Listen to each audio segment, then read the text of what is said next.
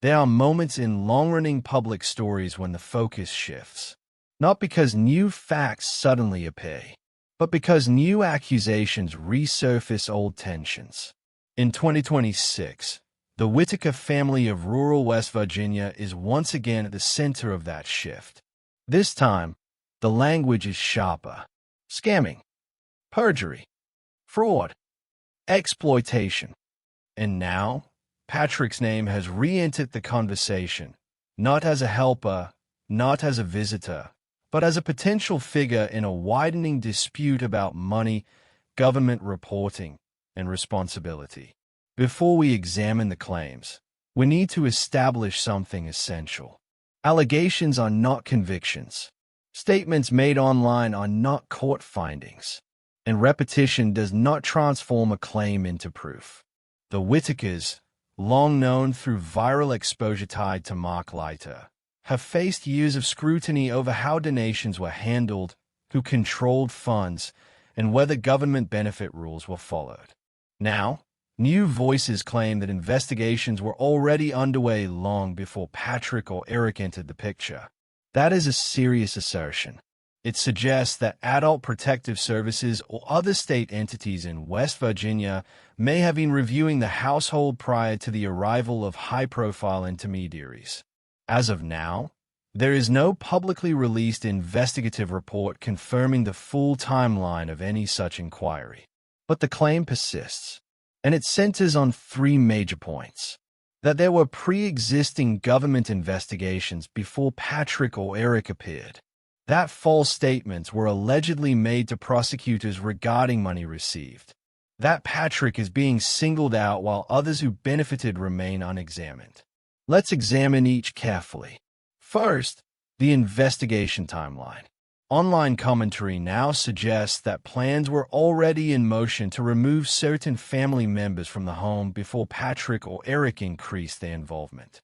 If true, that would significantly change the narrative that outside visitors triggered state intervention.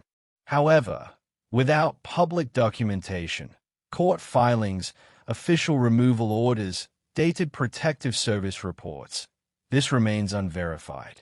Government investigations, particularly those involving vulnerable adults, are often confidential, which means the absence of documentation does not disprove the claim, but it also does not confirm it. Second, the accusation of lying to prosecutors. The allegation is that Betty and Larry told authorities Patrick had provided them with nothing, while social media posts allegedly show Patrick giving cash or gifts, including a claim of $2,500 at one point. If that discrepancy exists, it raises a serious legal issue, because knowingly making false statements in an official proceeding can constitute perjury.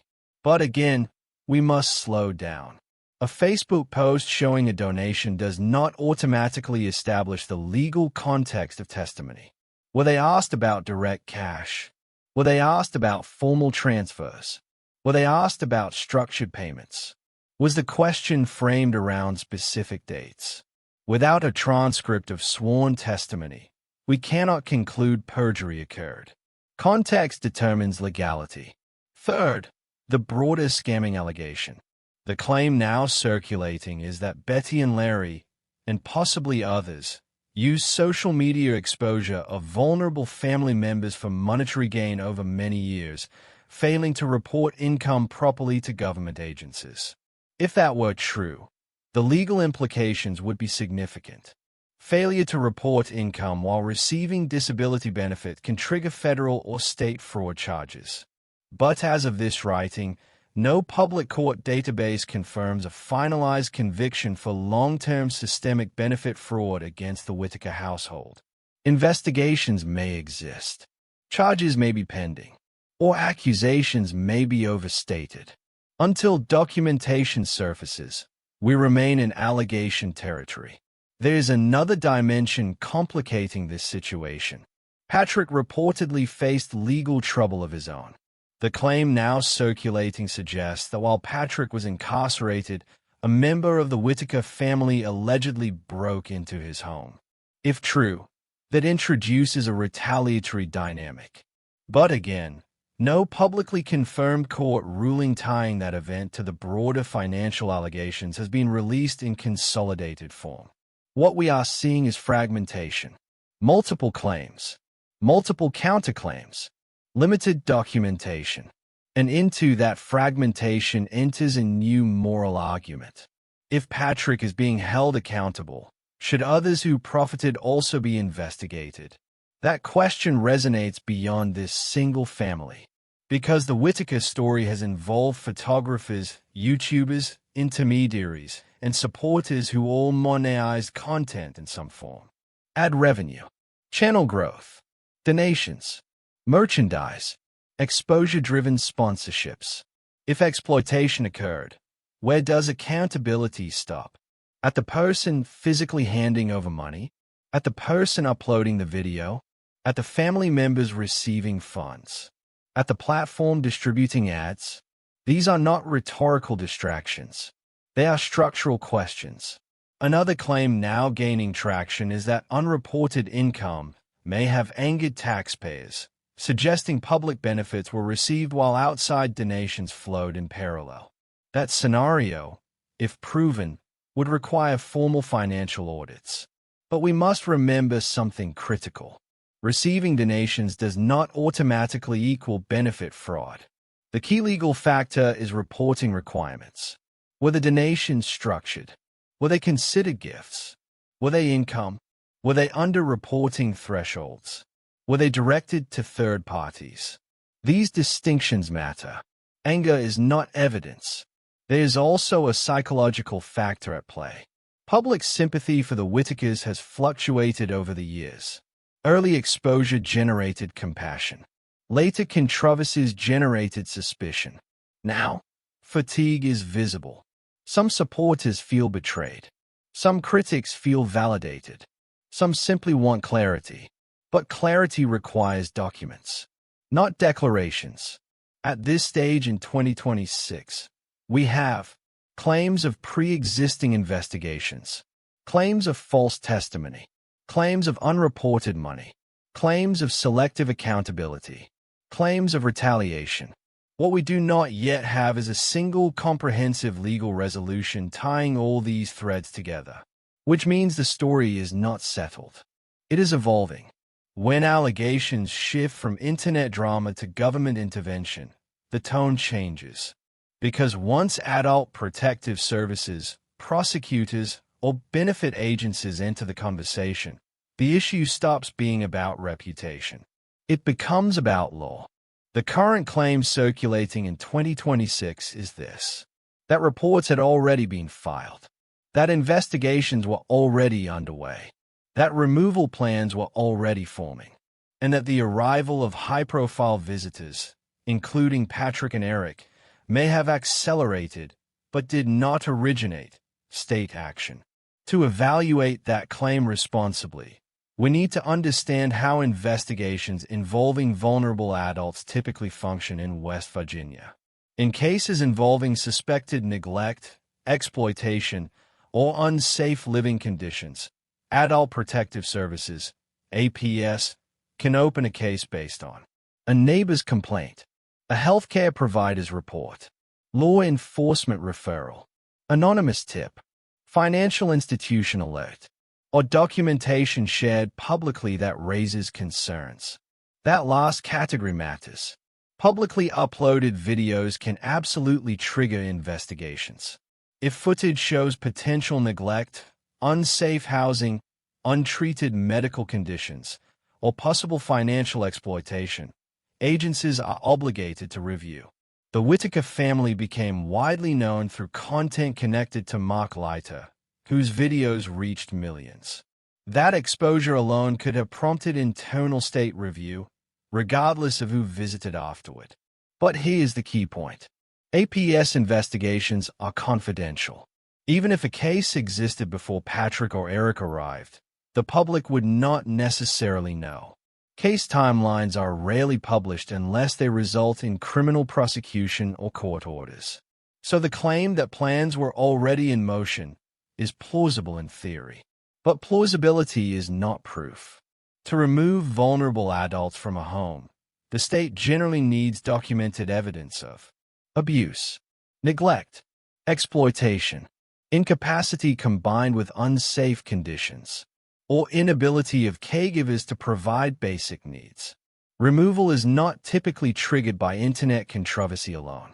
It requires findings, which raises a second question. What role, if any, did financial scrutiny play?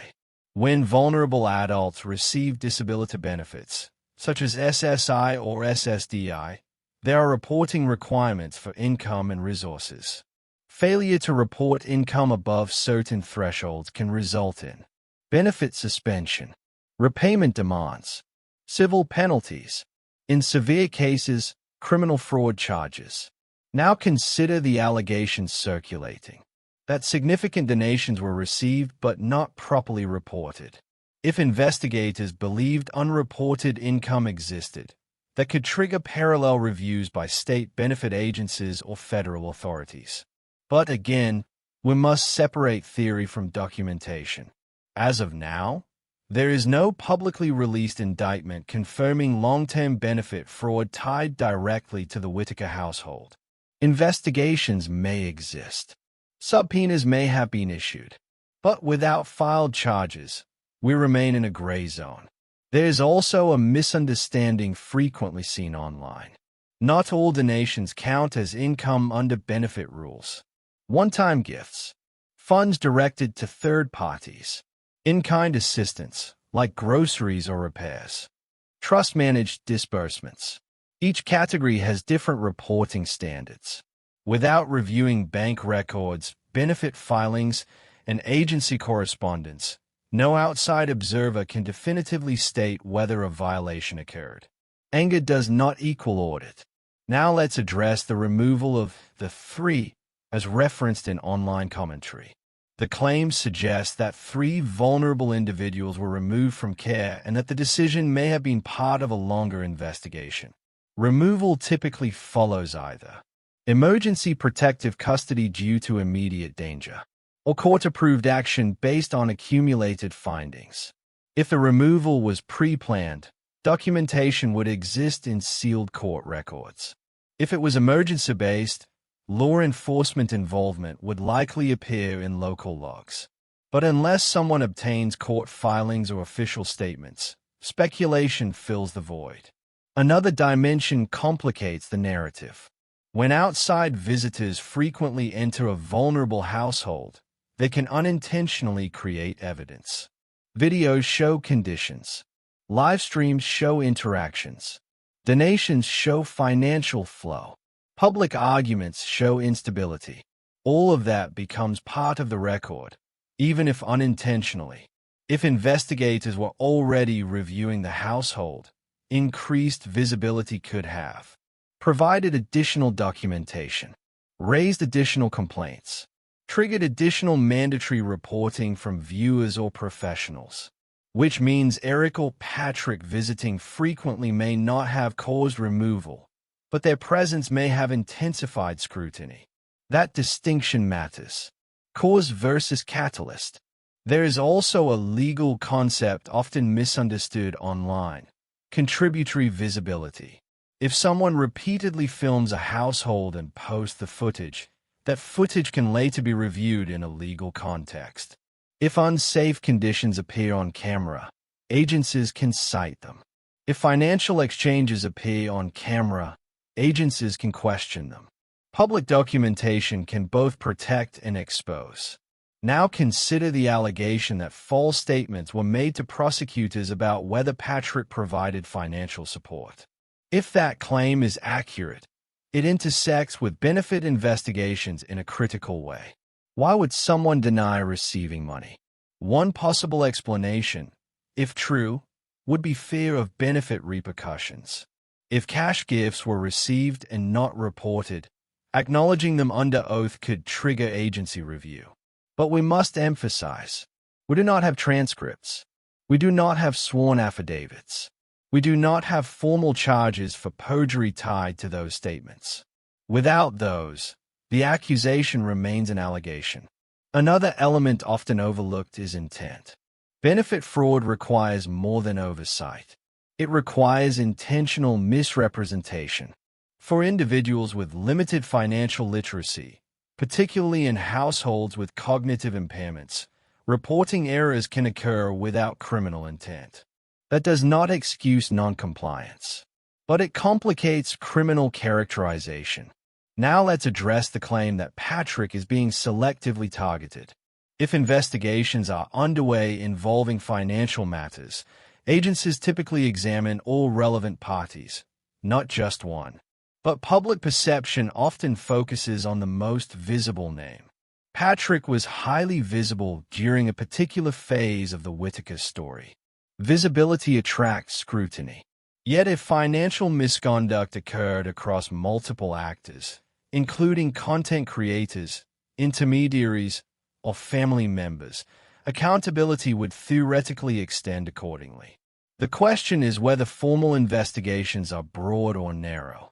As of 2026, no consolidated public case file has emerged outlining a sweeping multi-party fraud indictment tied to the Whittaker fundraising arc. There may be sealed proceedings. There may be ongoing reviews. But without public confirmation, conclusions are premature. We also need to confront something else. Online communities often treat government intervention as vindication. If they were removed, someone must be guilty.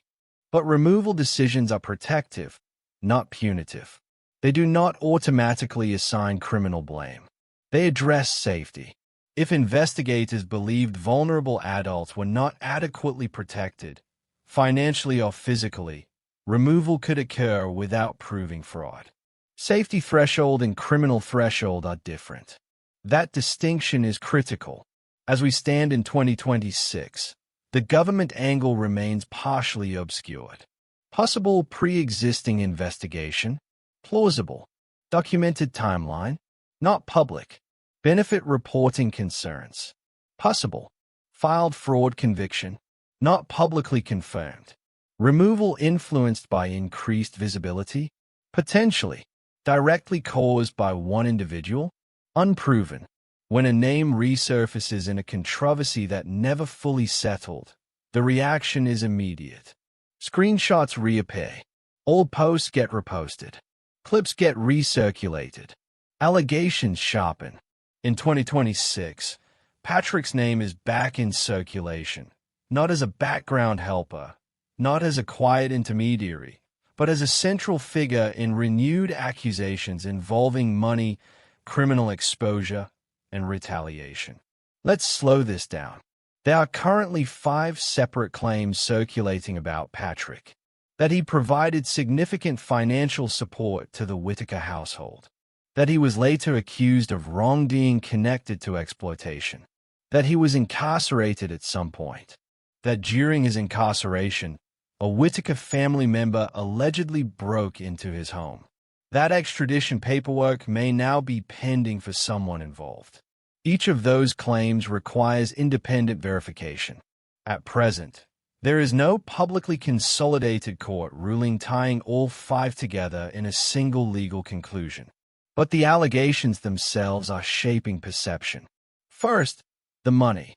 Archived social media posts reportedly show Patrick delivering donations, including a specific claim of $2,500 handed directly to Betty, who then redistributed it. If those posts are authentic and accurately dated, they complicate any later claim that he gave nothing. But context matters. Was the money personal? Was it donation money raised publicly? Was it reimbursement? Was it assistance in kind? Was it directed to a specific individual rather than the household collectively?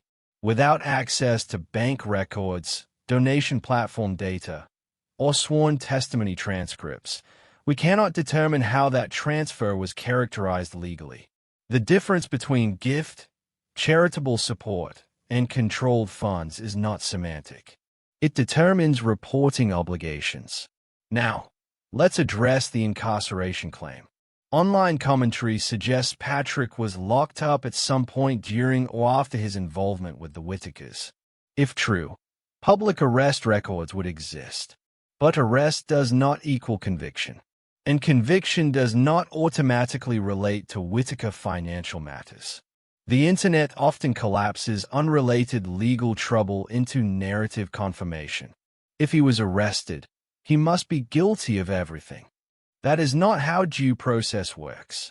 If Patrick faced legal issues unrelated to the Whittakers, personal charges, unrelated disputes, they should not be retroactively folded into financial allegations without evidence linking them. Then comes the most volatile claim, that while Patrick was incarcerated, a member of the Whittaker family broke into his home. If accurate, that allegation shifts the moral framing dramatically. It suggests retaliation, or desperation, or conflict escalation. But again, we must separate online assertion from filed charges. Is there a burglary report? Was anyone arrested? Was a warrant issued? Was a case dismissed? Until documentation is reviewed, the claim remains an accusation. Now let's examine the extradition rumor. The statement circulating is that paperwork needs to be signed, and that someone will get theirs in May. Extradition is a formal legal process requiring an outstanding warrant, interstate coordination, judicial approval, formal documentation. It is not rumor-driven. If extradition proceedings exist, they would appear in court dockets or law enforcement databases, though sometimes delayed in public access. As of now, no widely publicized, finalized extradition ruling tied directly to the Whittaker financial controversy has been documented in consolidated reporting, which means either the process is ongoing and not yet visible, or the claim is overstated, or the situation is unrelated to the central allegations. Speculation fills silence. Now let's address the broader accusation, exploitation. The claim is that multiple individuals, including Betty, Larry, Patrick, and others, benefited financially from videos featuring vulnerable adults. If exploitation occurred, responsibility would not logically rest on a single person. Content creators monetized views. Intermediaries managed donations. Family members accepted funds. Supporters sent money voluntarily. Exploitation, if legally proven, would require establishing intent, deception, misrepresentation, financial misdirection, or failure to disclose material facts. To date, there is no publicly released court judgment declaring a coordinated exploitation scheme involving all named parties. There are allegations. There is conflict. There are fragmented claims. But there is not yet a unified legal conclusion. Another critical issue is selective accountability. Why is Patrick's name resurfacing so prominently now? Possibilities include: he is more visible. He has prior public statements contradicting current narratives. He has legal vulnerability.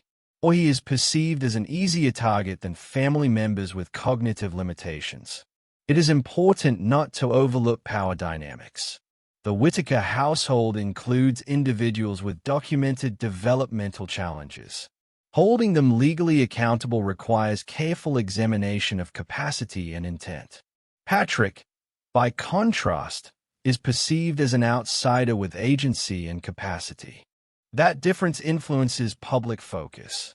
But fairness demands consistency. If investigators determine that money was mishandled, every party who knowingly participated would need to be examined, not just the most visible one. Now let's discuss retaliation narratives. The claim that Betty and Larry started a vendetta after removal of family members introduces motive into the conversation. Motive matters legally. If false reports were filed intentionally, if warrants were sought under false pretenses, if statements were knowingly misleading, those actions carry legal consequences.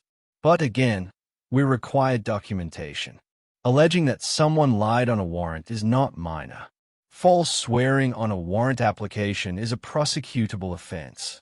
If such perjury occurred, there would eventually be a record. Until then, the claim remains unverified.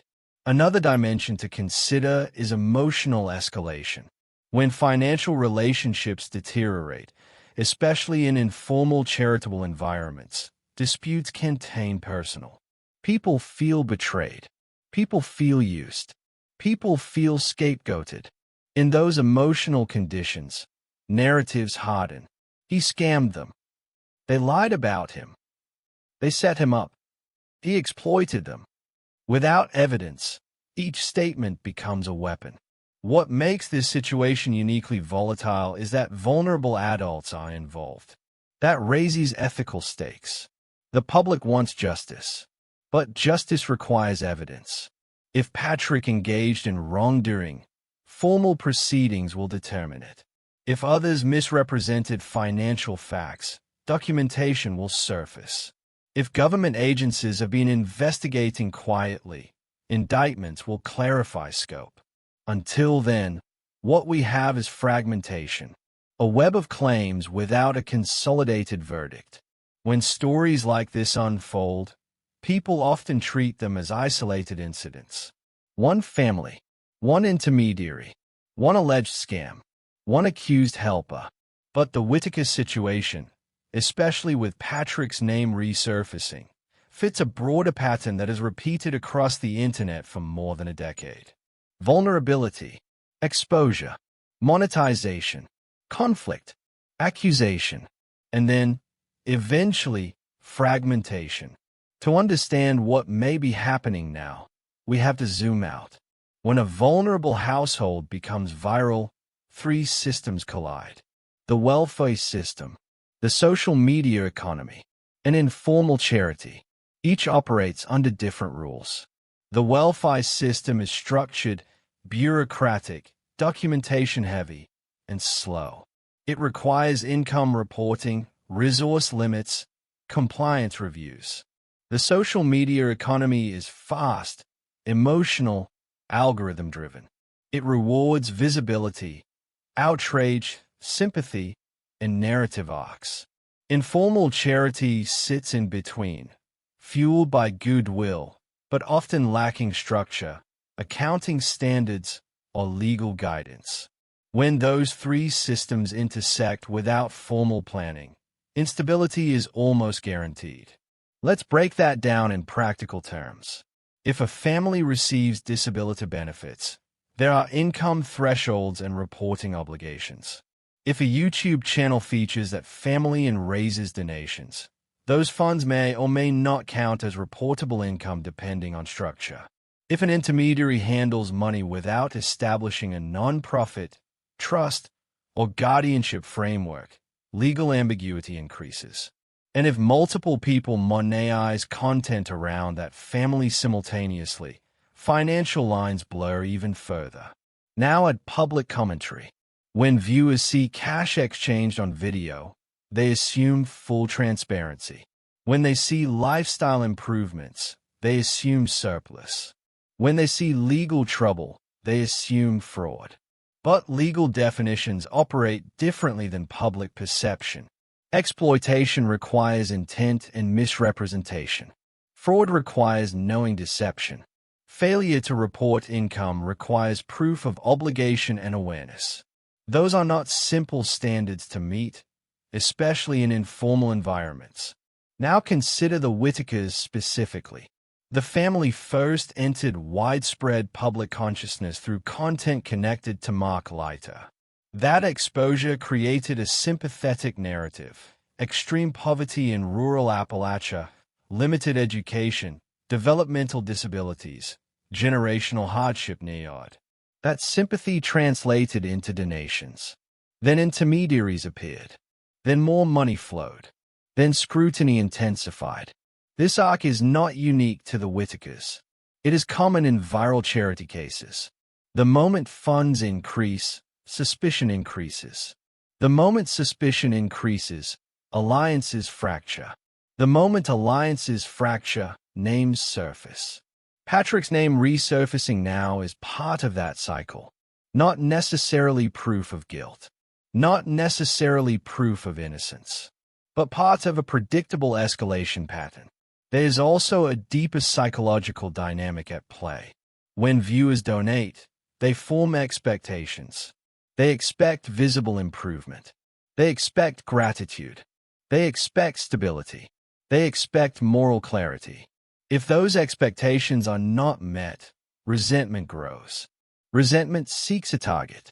Often that target becomes the most visible intermediary. But visibility does not automatically equal culpability. At the same time, informal charity without documentation invites risk. If money was exchanged in cash, if receipts were not maintained, if reporting guidance was unclear, if funds were redistributed without formal tracking, then even well-intentioned actors can find themselves facing scrutiny. Ignorance is not always a defense, but complexity is not always crime either. Another factor rarely acknowledged is capacity. When vulnerable adults are involved, legal accountability becomes complicated. Did they understand reporting requirements? Did they knowingly misrepresent funds? Were they guided correctly? Were they advised legally? If intermediaries fail to ensure compliance, responsibility may extend beyond the household. But if intermediaries relied on verbal assurances and informal trust, they may also have misjudged risk. In situations like this, the line between exploitation and chaos can be thin. Now let's address something uncomfortable. Online communities often demand accountability in ways that exceed legal standards. If someone made $1 off them, they should be charged.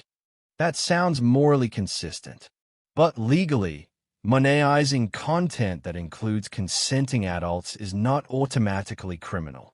Exploitation becomes prosecutable when deception, coercion, or fraud is proven. If every person who uploaded a Whittaker-related video were investigated for benefiting financially, enforcement would expand widely. And that is the challenge. Where does responsibility end? At the camera operator? At the donation organizer? At the recipient? At the platform running ads?